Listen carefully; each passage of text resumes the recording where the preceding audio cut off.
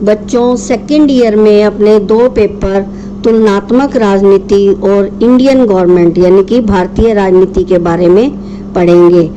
First paper में तुलनात्मक राजनीति जो कंपैरेटिव पॉलिटिक्स के नाम से है, उसका सिलेबस हिंदी और इंग्लिश में दोनों में मैं आपको बताऊंगी। फिर उसे अपने पढ़ना शुरू करेंगे। फर्स्ट यूनिट में अपने तुलनात्मक राजनीति का अर्थ, उसकी प्रकृति, उसका क्षेत्र, विकास सभी धीरे धीरे अपना करना शुरू करेंगे, जिसके मैं आपको नोट्स भी दूंगी और करवाती रहूंगी जो अपने सिलेबस में दिया गया है।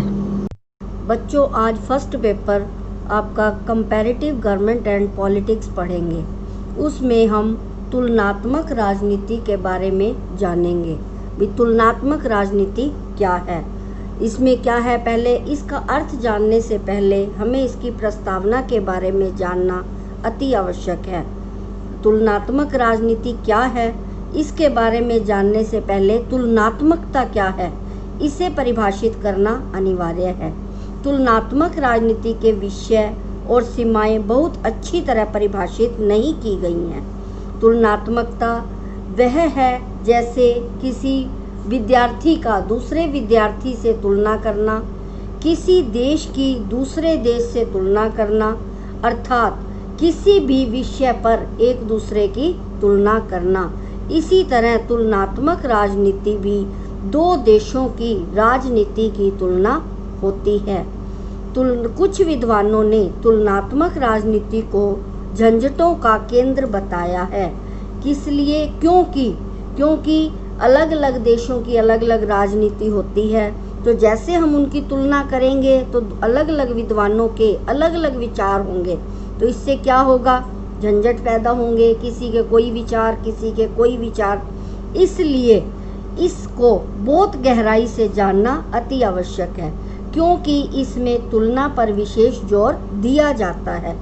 सभी विश्लेषणों में तुलना का कुछ ना कुछ अंश होता है, अंश यानी कि कुछ ना कुछ भाग होता है, क्योंकि उसके बिना अलग अलग विशेषताओं को समझा नहीं जा सकता। तुलनात्मक राजनीति हमें यह सिखाती है कि ऐसा कैसे किया जाता है। ऐसा कैसे किया जाता है मीनिंग भाई, तुलना जब हम करते हैं किसी देश की राजनीति की, तो वो राजनीति की जो तुलना है वो किस तरह की गई है।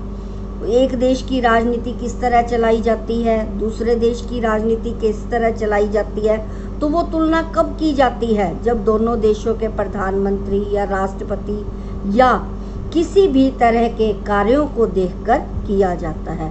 तुलनात्मकता का अर्थ दो राजनीतिक पद्धतियों के मध्य तुलना से किया जाता है। राजनीतिक वैज्ञानिकों की राज्य की अवधारणा के विश्लेषण के उपकरण के रूप में उन राजनीतिक व्यवस्थाओं की तुलना व उपयोगी अध्ययन करने में विशेष सहायक नहीं है, जिसमें आकार, संगठन, संस्थाओं एवं संस्कृति की आधारभूत भिन्नताएं हों।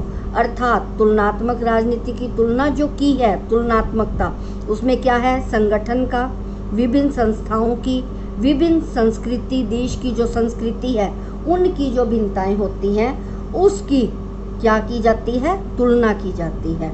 तो ये क्या हुआ, हमने आज पढ़ा तुलनात्मक राजनीति की प्रस्तावना। अब इसका अर्थ जानेंगे।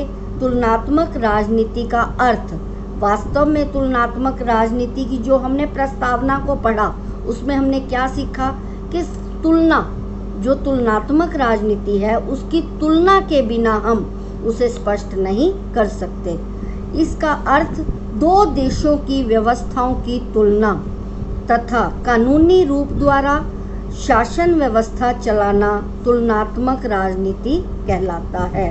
क्या पढ़ा हमने, दो देशों की व्यवस्थाओं की तुलना तथा कानूनी रूप द्वारा शासन व्यवस्था चलाना तुलनात्मक राजनीति कहलाता है। जब हम किन्हीं दो या दो से अधिक वस्तुओं या प्रतिक्रियाओं को तर्कसंगत आधार पर एक ही श्रेणी में रखते हैं, फिर उनके विभिन्न भागों की समानताओं और भिन्नताओं के आधार पर निश्चित नियम प्रस्तुत करते हैं, तो उस कार्यविधि को तुलनात्मक पद्धति भी कहा जाता है। जो हमने ऊपर प्रस्तावना में पढ़ा, क्या समझा था, कि दो चीज़ों की तुलना, किसी तरह की व्यवस्थाओं की तुलना, संस्थाओं की तुलना। तो वही चीज़ क्या हुई यहाँ पर कि कार्य विधि को तुलनात्मक पद्धति कहा जाता है।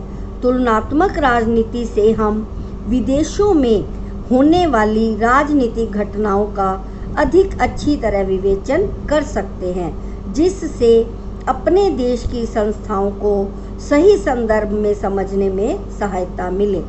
अन्य देशों की शासन पद्धतियों के तुलनात्मक विश्लेषण से अपने देश की शासन व्यवस्था को भी श्रेष्ठ रूप से संचालित किया जा सके। तुलनात्मक राजनीति की समस्याओं के विवेचन में भी यह बात उभरती है। समस्याएं यानी कि तुलनात्मक राजनीति का जब हम अर्थ ले रहे हैं तो उसमें उसके अर्थ के साथ साथ उसकी समस्याएं भी हमारे सामने आती हैं। समस्याओं की बात क्या उठती है कि जब हम मान लो एग्जाम्पल किसी भी देश की संस्थाओं के बारे में दूसरे देश की संस्थाओं के साथ तुलना कर रहे हैं, हमें कुछ अच्छी बातें मिली, कुछ बुरी बातों का पता चला, कुछ पॉजिटिव कुछ नेगेटिव, तो वो क्या हुआ, उससे हमारे आगे समस्याएं खड़ी हुई। इसलिए इसमें लिखा है समस्याओं के विवेचन की बात उभरती है। हर दृष्टि से विचित्र व तेजी से परिवर्तनशील प्रकृति को राजनीतिक घटनाओं, व्यवस्थाओं व प्रतिक्रियाओं की तुलना कर सामान्य सिद्धांतों का निर्माण करना कठिन कार्य है। संक्षेप में हम कह सकते हैं तुलनात्मक राजनीति एक ऐसा विषय है जिसके अंतर्गत भिन्न भिन्न प्रकार की राजनीतिक संरचनाओं और क्षमताओं का विश्लेषण किया जाता है। अर्थात क्या हुआ भाई, हम क्या कह सकते हैं कि जिसके अंतर्गत यानी कि तुलनात्मक राजनीति के अंतर्गत हम भिन्न भिन्न जो राजनीतिक संरचनाएं अर्थात जो राजनीतिक कार्यविधि है और जो उस कार्य करने की क्षमता है यानी कि उसका तरीका है, तो उसका विश्लेषण करना क्या कहलाता है, तुलनात्मक राजनीति।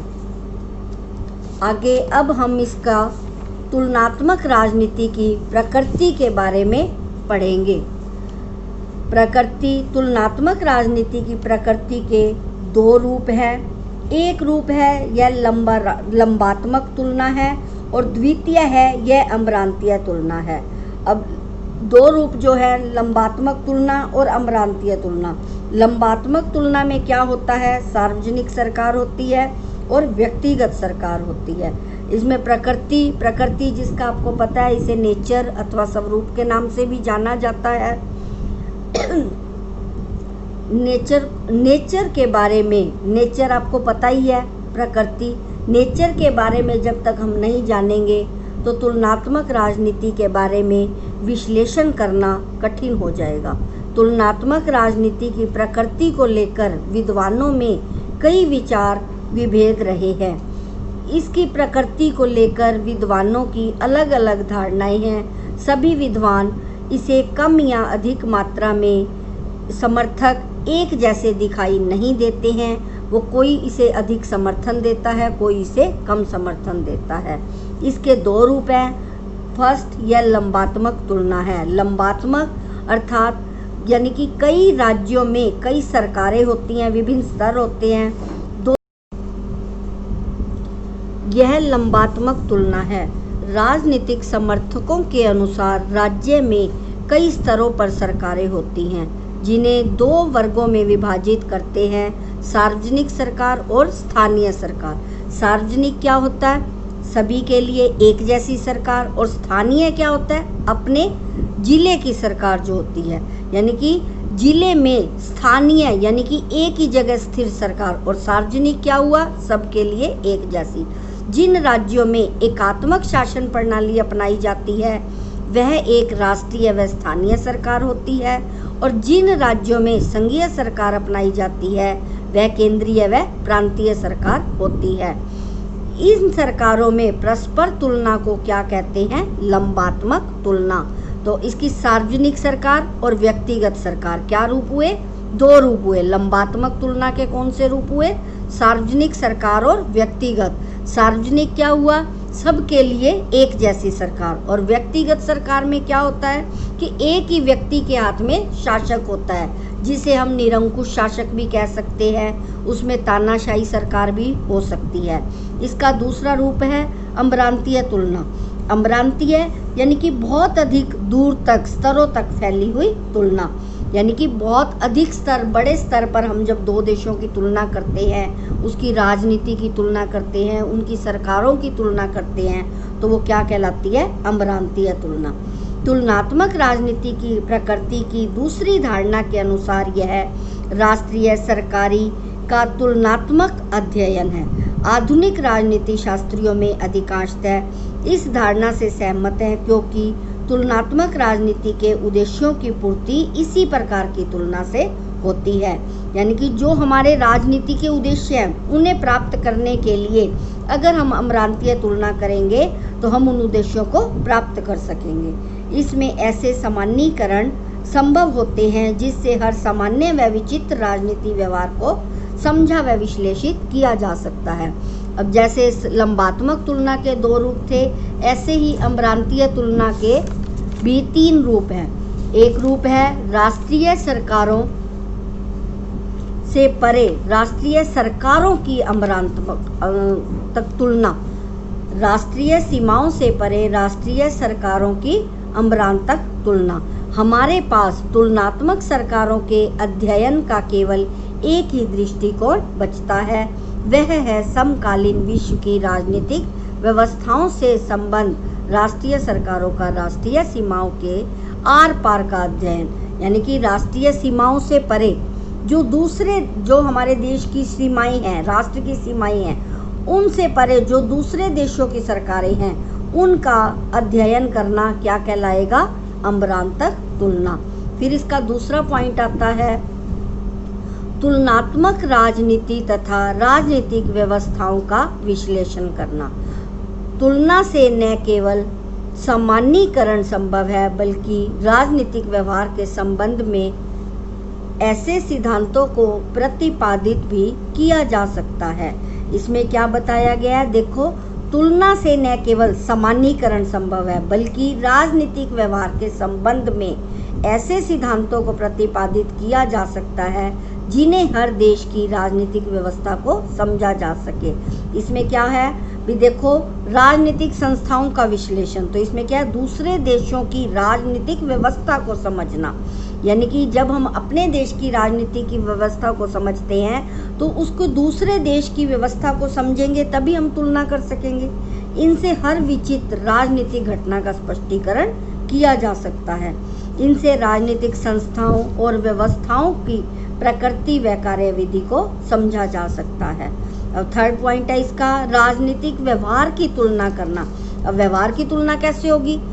क्योंकि राजनीति की तुलना जो करेंगे तो व्यवहार की तुलना किसकी होगी? व्यक्ति के, जो व्यक्ति वहाँ की शासन व्यवस्था को चला रहा है, जो सरकारें चला रहा है। जैसे अपने देश की जो राजनीति है उसकी तुलना हम दूसरे देश की राजनीति की तुलना से करेंगे, तो जब व्यवहार की तुलना होगी तो व्यक्तियों के व्यवहार की होगी कि उस देश का प्रधानमंत्री कैसा है, उस देश का राष्ट्रपति कैसा है, तो उस अपने देश के राष्ट्रपति से या प्रधानमंत्री से उनके व्यवहार की तुलना करना। जैसे तुलनात्मक राजनीति वास्तव में विभिन्न शासन व्यवस्थाओं, राजनीतिक प्रक्रियाओं व राजनीतिक व्यवहार की तुलनात्मकता का अध्ययन व विश्लेषण है। तुलनात्मक राजनीति की प्रकृति व प्रारंभिक परिभाषा के बाद उनके अध्ययन क्षेत्र का विवेचन आवश्यक है, क्योंकि इसके अर्थ का स्पष्टीकरण अच्छी तरह से इसके क्षेत्र से ही संभव है। अब हमने पीछे क्या पढ़ा? तुलनात्मक राजनीति की प्रस्तावना, फिर इसका अर्थ, फिर इसकी प्रकृति की। अब इसकी प्रकृति के बाद जब तक हम इसके क्षेत्र का ज्ञान नहीं लेंगे तो तब हम अच्छी तरह तुलनात्मक राजनीति को व्यवस्थित रूप से प्रतिपादित नहीं कर सकेंगे। अब इसका आगे क्या करेंगे? क्षेत्र। क्षेत्र क्या है? तुलनात्मक राजनीति की परिभाषा व प्रकृति अथवा स्वरूप की तरह इसका क्षेत्र भी विवाद का विषय है। यानी कि इसकी क्षेत्र में भी कई तरह के विवाद हैं, यानी कि संकट है। इसके क्षेत्र को लेकर परंपरावादियों व आधुनिक राजनीतिक शास्त्रियों में गहरा मतभेद है। इस कारण इसके क्षेत्र का विवेचन करने से पहले इस संबंध में कौन कौन से विवाद हैं यह जानना आवश्यक है। इसके विवाद है, फर्स्ट, सीमा संबंधी विवाद। सीमा संबंधी क्या विवाद हुआ समझते हो आप लोग? भी सीमा के ऊपर विवाद, यानी कि जैसे मान लो एग्जाम्पल अपने भारत और पाकिस्तान की सीमा है, तो इस पर क्या है, हमेशा विवाद रहता ही है। कभी किसी बॉर्डर पर लड़ाई हो रही है, कभी किसी बॉर्डर पर लड़ाई हो रही है। तो किसी भी देश की दूसरे देश के साथ सीमा संबंधी विवाद यानी कि संकट है। विवाद या बहस किसी विषय पर चर्चा की एक औपचारिक विधि है।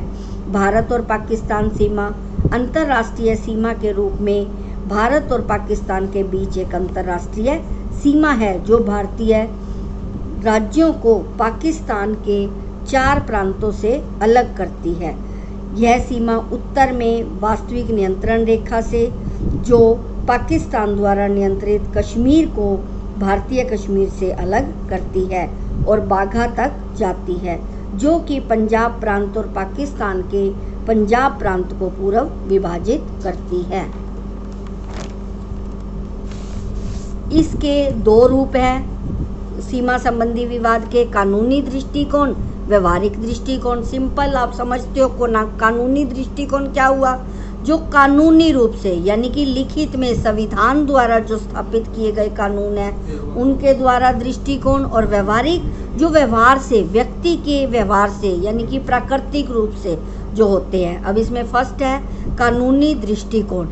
तुलनात्मक राजनीति में केवल संविधान द्वारा स्थापित सरकार संरचना का तथा इस संविधान द्वारा नियत किए गए राजनीतिक व्यवहार का तुलनात्मक अध्ययन किया जाना चाहिए। इस विचार के समर्थकों की मान्यता है कि संविधान ही सरकार के ढांचे का संगठन करता है, जिससे संस्था के कार्यों का नियमन होता है। सेकंड इसका बी पॉइंट है व्यवहारिक दृष्टिकोण। व्यवहारिक दृष्टिकोण में क्या है, व्यवहार का दृष्टिकोण, यानी कि जो व्यक्ति का व्यवहार है वो इस संकट में क्या स्थान रखता है। तुलनात्मक राजनीति में केवल कानूनी व्यवस्था का औपचारिक अध्ययन व तुलना पर्याप्त नहीं है। इसमें अलग अलग विचारकों ने अलग अलग अपने विचार भी रखे हैं। इनमें यहाँ मूल्यों का अर्थ भौतिक दृष्टिकोण है।